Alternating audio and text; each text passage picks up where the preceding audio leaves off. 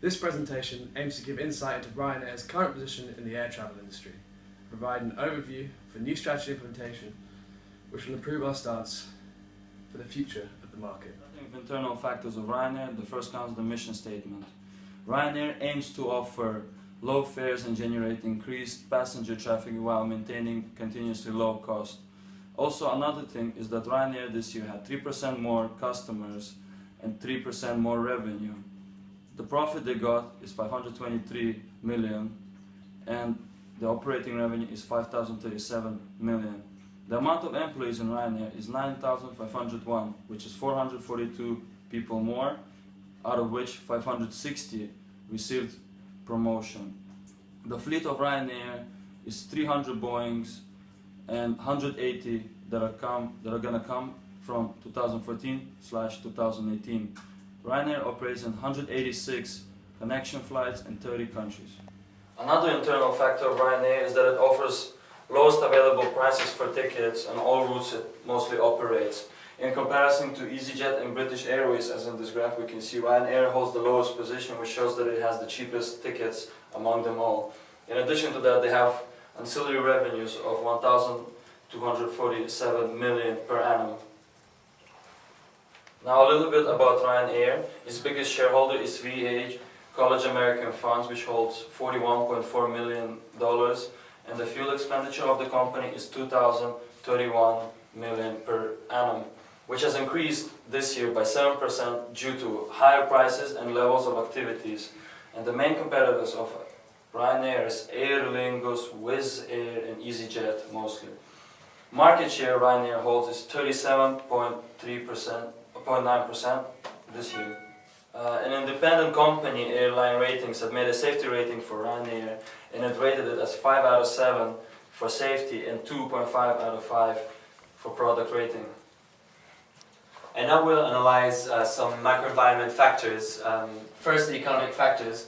As we can see, the economy is recovering after the big 2008 crisis, and now in the third quarter we're in the process of recovery, which shows good economic activity in general. And now this year we've seen a 40.7% decrease in kerosene prices throughout Europe this quarter. However, it is predicted to increase in the long term in the upcoming years as historical data shows.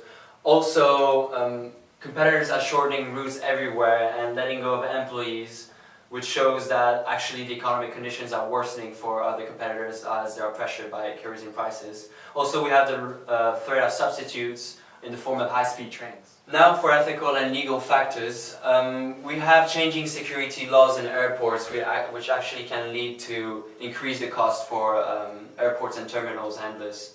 We also have the problem of employee unions pressuring Ryanair because of low working conditions or low pay. And we also have the imminent threat of EU emissions trading system, which is a system that allows airlines to trade emissions with each other in exchange of international credits, for example, and this will force airlines to actually decrease their emissions in the long term. We also have changing routes due to noise pollution as it becomes an increasingly important problem. Now, as environment factors, we have actually the growing terrorist menace going on in Europe. We have also growing concern for plane safety after a few crashes. And we also have a possible Ebola outbreak that is coming up, and all these factors threaten our business because they can disarray customers to trust. As political factors, we have the problem of the EU Commission, which keeps watching Ryanair because of malpractice and its bad reputation in the past.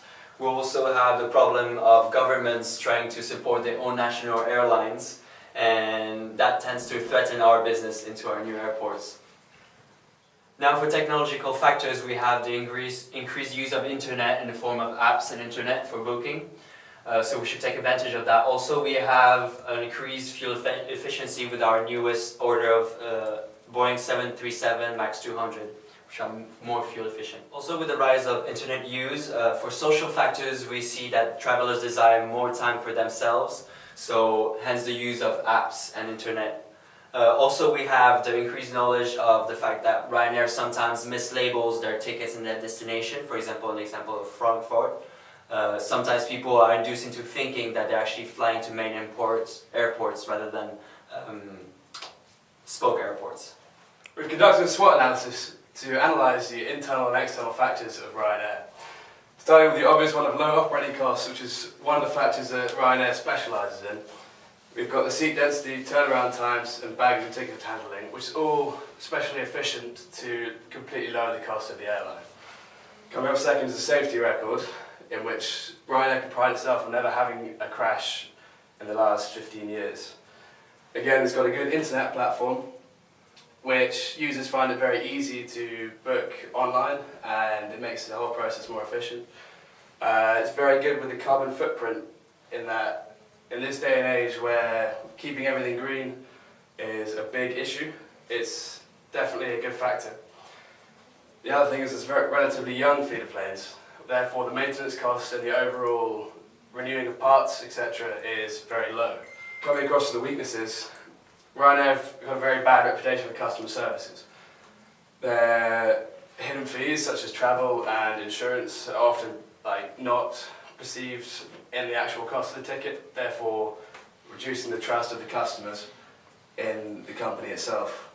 Again, it flies only to branch airports, therefore it's not entirely convenient, even though added fees for the travel in between the airports. Young, inexperienced staff actually have to pay for their own courses and skills improvements, which is a big issue when it comes to the actual customer service. Again, cost-reducing policies can endanger safety, which we've seen in a number of flights in the last few years where there's been problems with the runway and Ryanair has not stocked enough fuel on board to actually have time to circle until there's a space free. Moving on to the external factors, we'll start with opportunity. Favourable discounts when expanding to hub airports means that because of our success rates in the last few years, whereas other airlines have dwindled, bigger airports are more likely to give us opportunity and discounted prices on hiring their airstrips, therefore making it easier for us to move into the hub airports. The growing concern for carbon footprint is really damaging other airlines because of their lack of efficiency, whereas our airline is so specialised in efficiency that if we advertise the fact, we'll be able to get a lot more customers flying with us and a lot more government support. Because our whole airline is based in Europe, we have no geopolitical factors such as wars and breakouts in other countries, therefore making our company a lot more stable in the long run. Moving on to threats, we have growing concern over plane safety, where our current rating of 5 out of 7 is standard for now. In the next few years that might not be the case, and we're going to have to start adding more fuel to our planes to make sure we don't have any mess ups like we have in the past few years with airstrips and landing times. We're also very vulnerable to fuel price fluctuation, as it's such a major part of our actual costs with the airline. The industry is very vulnerable at the moment to terrorism and health threats. For example, the new ISIS threats moving to Europe is going to scare many of our passengers from taking the air travel. And Ebola, like in the last few weeks, has been such a big outbreak that it's going to deter a lot of passengers. The other thing is that the low-cost model that our airport and our airline runs by is obviously stronger when we're in a recession, because people have less money to spend on flights and it's easier for their budgets. Therefore, as our economy starts to go into upturn and eventually boom, the demand for our product, which we used to have when people had not enough budget, is going to move to the higher cost airlines with more frills and more luxury. Now 4 smart objectives which Ryanair is going to try to achieve. First of all, we'll try to get 60,000 more users in the first quarter. Second of all, we want to get less EU commission complaints, because last year we had 60% of all the complaints came on Ryanair, so we'll try to minimize it as much as possible. Now Ryanair is hedging 90% of fuel, but to minimize risks again we want to hedge 95% of the fuel. And then we want to have more routes, extension hubs and airports, for example Frankfurt and Heathrow, by the end of the next year. And now to some possible marketing strategies. First and foremost, we would like to carry on our cost containment strategy, because Ryanair is still growing and is still offering growth to its shareholders. Therefore, the low-cost model is still relevant, even though the economy is recovering. Also, this is reinforced by our first-mover advantage, as we still hold significant space and slots in airports. Thus, this reinforces our advantage. Now for the rest of our strategic formulation, we're using NSOP's matrix. If we want to keep our product but expand to a new market, we would like to use market development. This probably represents the least risks because we're not expanding a new product. However, if we want to keep gaining significant market share, we could use product development using a new product, but thus just using our existing market. We could also use diversification, however this represents a lot more risks as we don't know the market base and would have to design a complete new product. And so now onto product development. As we saw before with NSOP's matrix, this could be a costly long-term investment, however it would be balanced by the fact we will gain more customers and would improve our declining reputation. Some measures that we could include in this could be the change of training or maybe an improvement in dress code in order to please customers better and give them a better impression of a luxury airline. We could also cater to business and family customers using miles, so that would give incentive for people to come back and carry on traveling with us. Also, we could produce more ancillary revenues through bundle sales with other services. So, for example, more hotel services or maybe some transport services like we already do with transfers. Now, on the other end of NSOP's matrix, we could use market segment expansion because we want to acquire new customers with our existing low-cost model. So in that sense, we can use our resources to develop the app and keep updating it. We can also use viral marketing to invite even more customers, as we already do. And also we can take advantage of our natural CO2 efficiency to actually advocate it and to associate with the whole idea of green trend and eco-friendly. This, in that sense, can improve and start a positive relationship with the customer. Next, we'd like to present you our 5 concrete marketing actions for Ryanair. The first one is our cooperation with the company Uber, which is a taxi company. That makes it easier for the customers of Ryanair to go wherever they want when they land. We thought about giving each customer a promotional code with his ticket, and so you can pay the Uber taxi at a reduced price directly via this code. That contributes to improving the issue of passengers landing far away from the main airports. For example, the best example might be Frankfurt-Hahn, which is 125 kilometers away from the city center of Frankfurt. And for most customers it's better than using public transport. So that could also attract new customers like business travelers and improves the customer service in general. Our next marketing action is to introduce TV screens especially to the new planes. This is going to be a long-term action project because it costs a lot of money, of course.